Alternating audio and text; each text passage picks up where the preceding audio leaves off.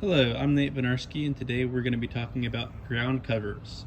Now, I have quite a few types of ground covers in my yard, and I am going to tell y'all about some of my favorites, some of the ones that I have found work very well.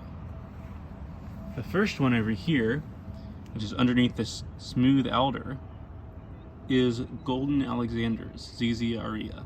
And these ones in the shade aren't blooming yet, the ones in the sun are blooming already.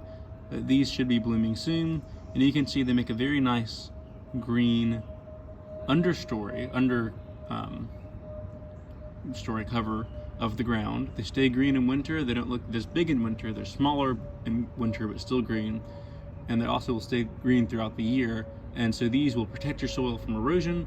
They'll protect it from being dried out, and they will prevent unwanted weeds from growing up. And those are the main things that we want our ground covers to do. Moving on over here, we have, there's got to be probably my favorite sedge, which is Carex abscondita. This is a very small evergreen sedge. It looks like this pretty much year round, except when it blooms. It should be blooming relatively soon. When it blooms, we'll have little flower spikes that stick up. They aren't showy, they look like grass blooms. But it looks like this even in winter. So it is a very nice ground cover. It doesn't spread a whole lot and helps keep your soil in place. Now moving over, we have yet another sedge, which makes a lovely ground cover, and that's Cherokee sedge, Carex cherokeensis. This also makes a pretty good lawn. You can mow it on your highest setting and it will stay green throughout the year. It handles a variety of situations. I've seen it growing in wet, shady areas. I've also seen it growing on dry hills that are exposed to the elements. So it's just an all-around fantastic plant. It makes a good ground cover. Now, moving over here, we have two awesome plants. The first is Virginia strawberry, Fragaria virginiana. And then we have some blue-eyed grass. This is the cultivar Cicericium. Oh, not the Cicericium suwani. Suwani is the cultivar name. That is a very wonderful. Both of these are evergreen plants. Both of them have relatively attractive flowers when they are blooming. You can see they stay very low. They interweave around other plants. They don't really outcompete things. But they do keep weed seeds from establishing, and they keep your soil nice and moist throughout the year and keep it from drying out too much. And over here we have some more sedges. This is Texas sedge, Carex texensis. It is a lovely ground cover. It tends to die back in summer, but other than that, I really don't have any complaints. And over here I'm trying two new ground covers out. The first is this Walter's Violet, Viola walteri, which is a native violet that looks very pretty. And then over here we have Potentilla simplex, which is a native strawberry-like ground cover. It doesn't produce edible fruit. Its fruit look like strawberries, except they're dry. And hopefully it will run and take over this area and make it so I've got less bare soil.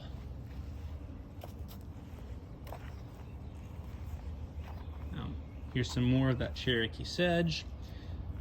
Some other things mixed in. Over here, we have Chesmanthium sicilliflorum, which is related to wood oats, but it is not quite as showy when it's blooming and setting seed. But it does have nice bluish foliage that I think looks good in the garden. Now we have Blophilia ciliata, downy pagoda mint. Like the name suggests, this is a mint. It does spread not as much as a garden mint will, but it does spread a good amount, and it's starting to bloom. When it blooms, it has small, kind of lavender colored tubular flowers that are really quite attractive.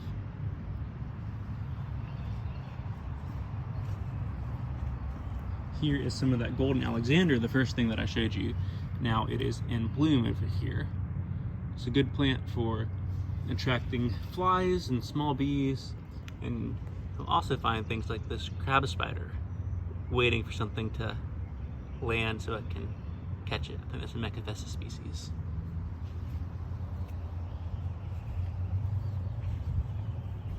Now we have a number of cool ground covers over here that I want to talk about. First is this lyre leaf sage, Salvia lariata.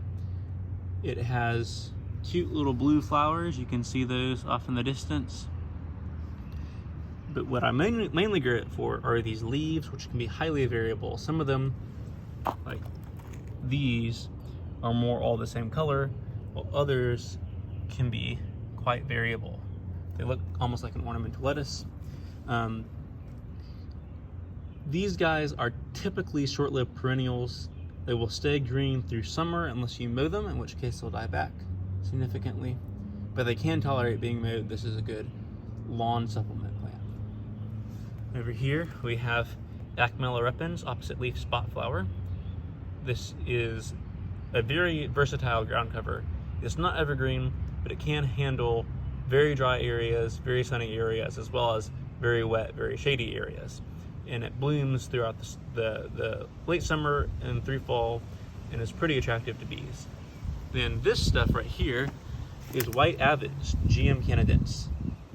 And it is not something that I recommend for everybody, because the seed heads that it produces do look like burrs and can get caught in a dog's fur. It's not something that's going to get caught in your clothes, but if you have dogs running around, this is probably not a plant that you want. Don't tell my mom, because we have a dog and she complains about burrs, but she hasn't gotten any burrs from this yet. The burrs that she has been getting are from the snake root that I pull out. The snake root, you can see some of it back there. It's a light green plant in the understory.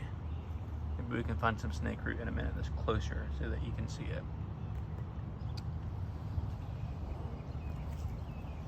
it. Another good ground cover are these violets.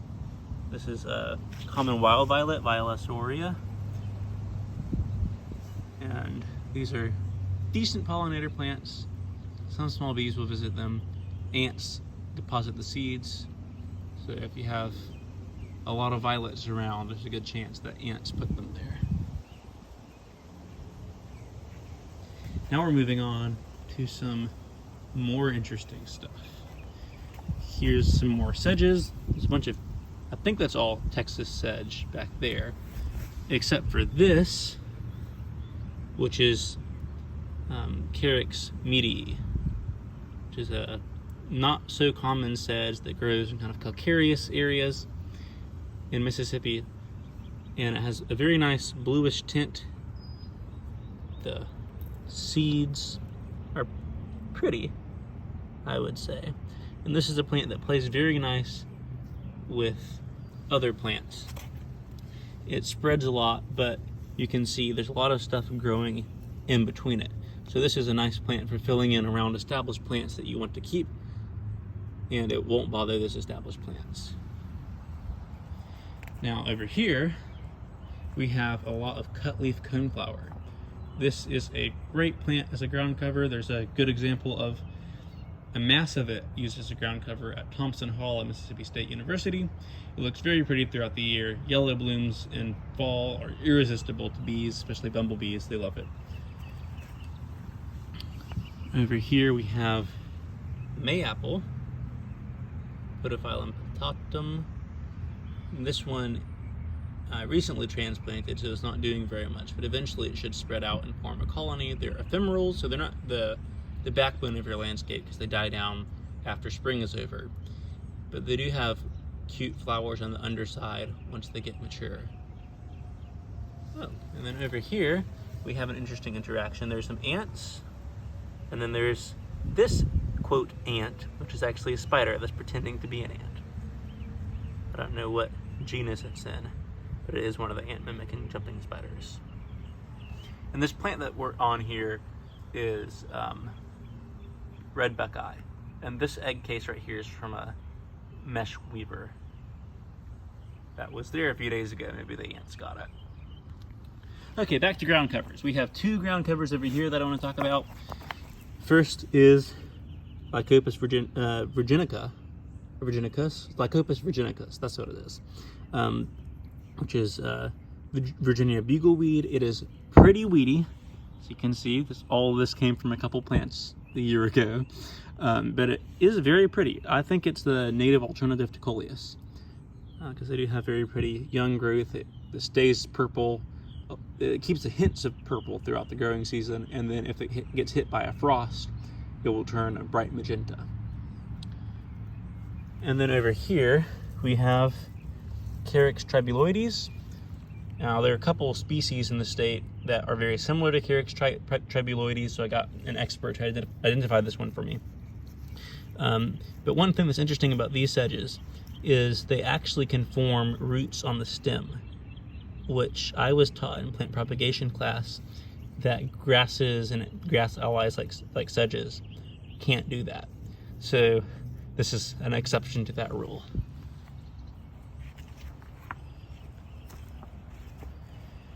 And over here we have a couple other ground covers. This small stuff right here is, I'm forgetting, is Pacra aurea. Golden ragwort is the common name for it. These ones aren't doing as well as ones I've seen in cultivation elsewhere. I think that's because of the growing conditions. But normally, like the one in my sunny garden is very big and stays pretty and green throughout the year. These ones have stayed basal rosettes since last fall. Then the bluish grass-looking thing here is actually Ohio spiderwort, Tradescantia ohensis. Let's see, what other ground covers can we talk about? There's one more sedge back over here. I don't know what this one is, but it is pretty.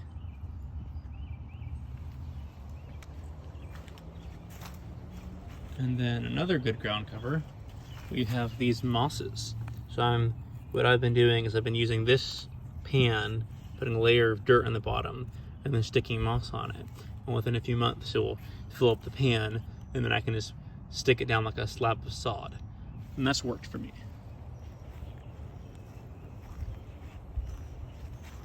You can see some moss in this walkway. It really does help keep everything from getting washed away when it rains and getting too sloppy to step in. Yeah, there's an overview of some ground covers in shade.